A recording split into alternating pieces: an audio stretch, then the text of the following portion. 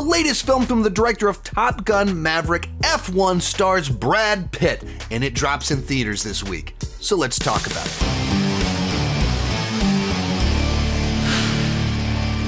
Hi, my name is Sean, and I love to talk about movies and TV way too much. With that in mind, go ahead and join me down below in the comments section. Let me know what's your excitement level for F1, and if you've seen it, what did you think about it? With that said, let's get started with the good. And I'm gonna cut right to the chase on this one. This is the dad movie of the year, and as someone with 3 different kids, that should tell you just how much I loved this movie. This is a classic feel-good blockbuster. It's not trying to reinvent sports movies, racing movies, anything like that. It's a movie that understands the formula, it understands what audiences want, and it delivers a great version of it. It's not just from the director of Top Gun Maverick, it's also from the writer, the producer, the composer. There's a lot of connective tissue back to Top Gun Maverick, even in some of the basic concepts of the film about an aging person that's the best at driving a very fast vehicle kind of comes back with mentoring themes kind of tied in the movie. There's a lot of connective tissue. There's a lot of similarities to Top Gun Maverick, and I'll say all of that is probably just for the best because it scratches that exact same itch. Now, a movie about Navy fighters training to go on a mission to go stop bad guys is wildly different from a racing movie. So genre-wise, they're very different. They don't, actually have that much overlap on plot or anything like that, obviously, but they scratch a very similar itch for wanting an old school blockbuster that relies on practical effects. It's not trying to subvert the genre. It's not trying to redefine the genre. It's just trying to create a great experience for audiences. In particular, in both films, they focus in on putting the audience in a really fast thing and making you feel like you're right there. I was actually able to see it at the Bob Bullock IMAX Theater, which is the biggest IMAX theater in the state of Texas. And so just this massive screen, and it was shot for IMAX. And so all of these sequences, like you're just right there in this vehicle. And my wife kept grabbing me and she turns like, I just feel like I'm right there in the car. I feel so close to all the action. And all that technology that they use to put you in the cockpit of a jet fighter, they're like applying that into race cars and stuff. So you just feel so present with every turn. Every time the cars start getting really close to each other, bump into each other a little bit, you feel it. And so just that like just very tangible experience of like you're right there and you feel like you're present in this immersive race car experience of a film. Other thing you got to talk about here is with what they kind of do with the lead character, that it's kind of like tried and true formula of the guy that used to be awesome and he never quite got his moment. And so he's getting his second chance, but he's also older and a little bit wiser. And so he's trying to pass on everything that he's learned. It's very much of a Maverick type character, a guy that plays by his own rules. He's a risk taker. He's dangerous. Just those types of characters that we love to see in movies. It's like, when you say old fashioned in that sense, that it just knows people connect with these type of characters, that they're edgy, they're dangerous, they play by their own rules, they cut their own path. And we enjoy seeing them on screen and have them grow just a little bit, learn just a little bit, become a bit wiser throughout the course of the story. But even in the nature of his character, he's the sort of guy that always wonders what he could have been. He's the kind of person that doesn't want to change who he is, but he also can see the damage of his more reckless sides to what he's done. He's someone that certainly has no shortage of ego, but what drives the decisions that he's making are a little bit more complicated than that, a little bit purer than just ego and fame and glory. And so you kind of connect with him. You find him interesting, and they keep having these just little revelations about him and what makes him tick and why he made certain choices and why he's currently making choices. Kind of rolls it out slowly.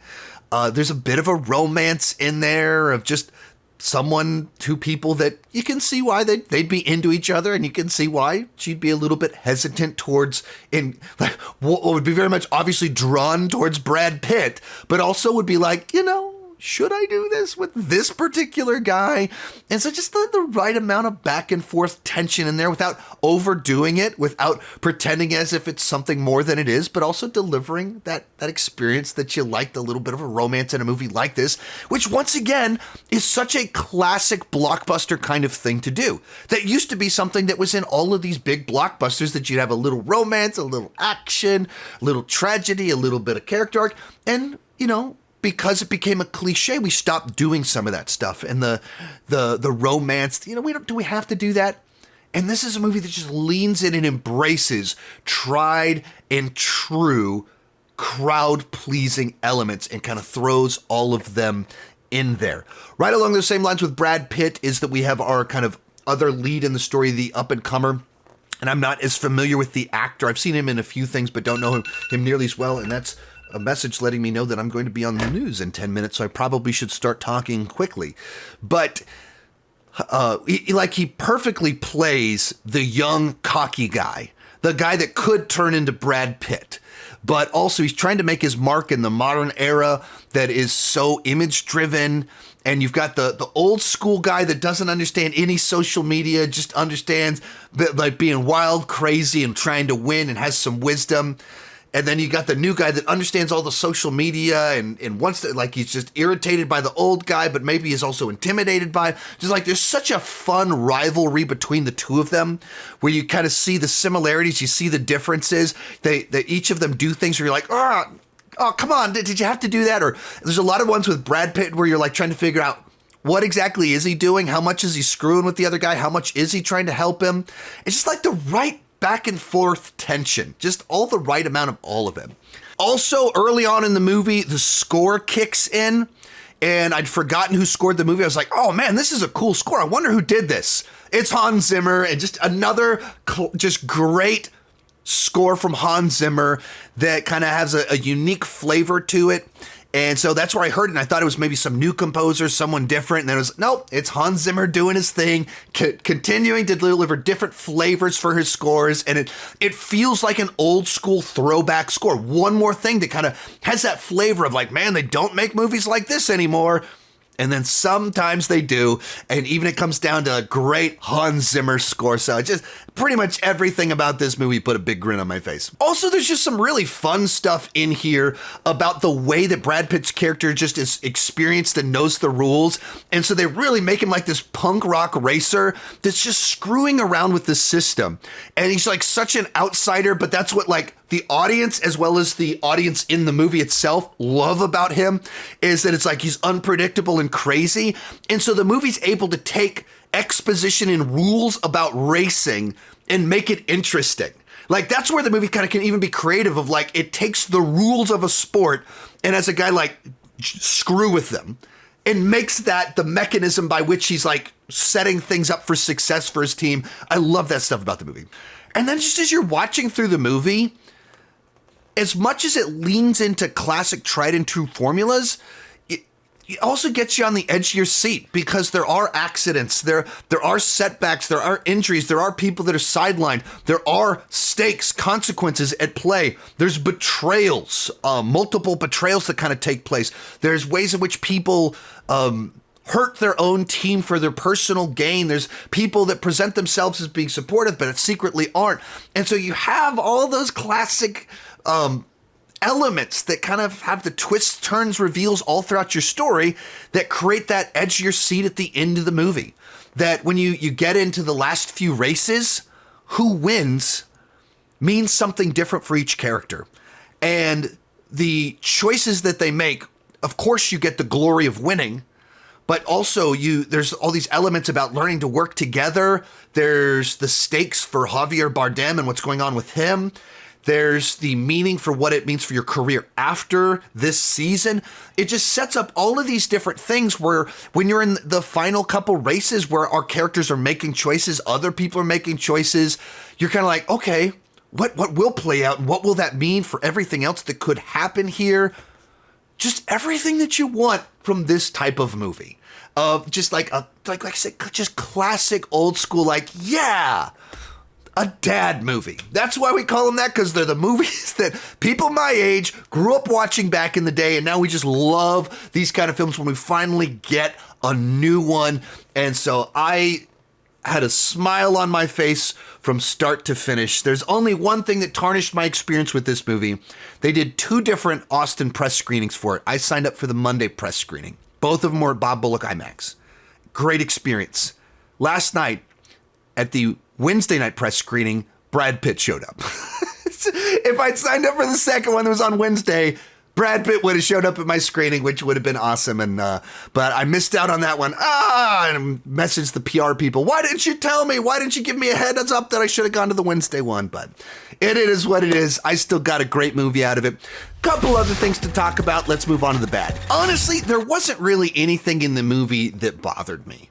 You know, if you're trying to make objective observations, it is a by the numbers sports movie that the underdog shows up and is given that chance. There's the young guy that they have to learn to work together. They don't get along at first, but slowly they start to respect one another. There's the setbacks. Like, everything happens at the exact moment it's supposed to happen. And if that's going to bother you, if you want a movie that's going to reinvent the genre, that's taking big chances and risks, that's not what this movie is. It is a movie that knows the formula and it leans into the formula. And I was very okay with that. It's also a movie that's like 2.5 hours long. And so it will test the patience of some people. Like, I heard some other people say there were pacing issues. That was not my experience with the movie, but it is very long. And so it's a movie that will be longer than some people's bladders will allow. And so those are kind of some of those things that kind of some people might have issue with the film. I did not. As I said before, this is almost certainly going to be the dad movie of the year. And as a dad, that meant I loved this film. Almost certainly going to be in my top 10 movies of the year. I had an absolute blast with it. Some people ask me, do I prefer this or Ford vs. Ferrari a little bit more? I don't know, but if I recall correctly, Ford vs. Ferrari might have been my number 1 movie of 2019. So that's the category of fun and enjoyment that I had with this movie. Is it as good as Top Gun Maverick? Of course not, because that's like my favorite movie of the last forever. Is it a movie in contention to be one of my favorite movies of this year? Absolutely. We're going to go with an A. We're going to call this a 9.5 out of 10. This is a must-see movie, in particular for all dads, people that like throwback blockbusters. I had an absolute blast with this film. Go check this one out.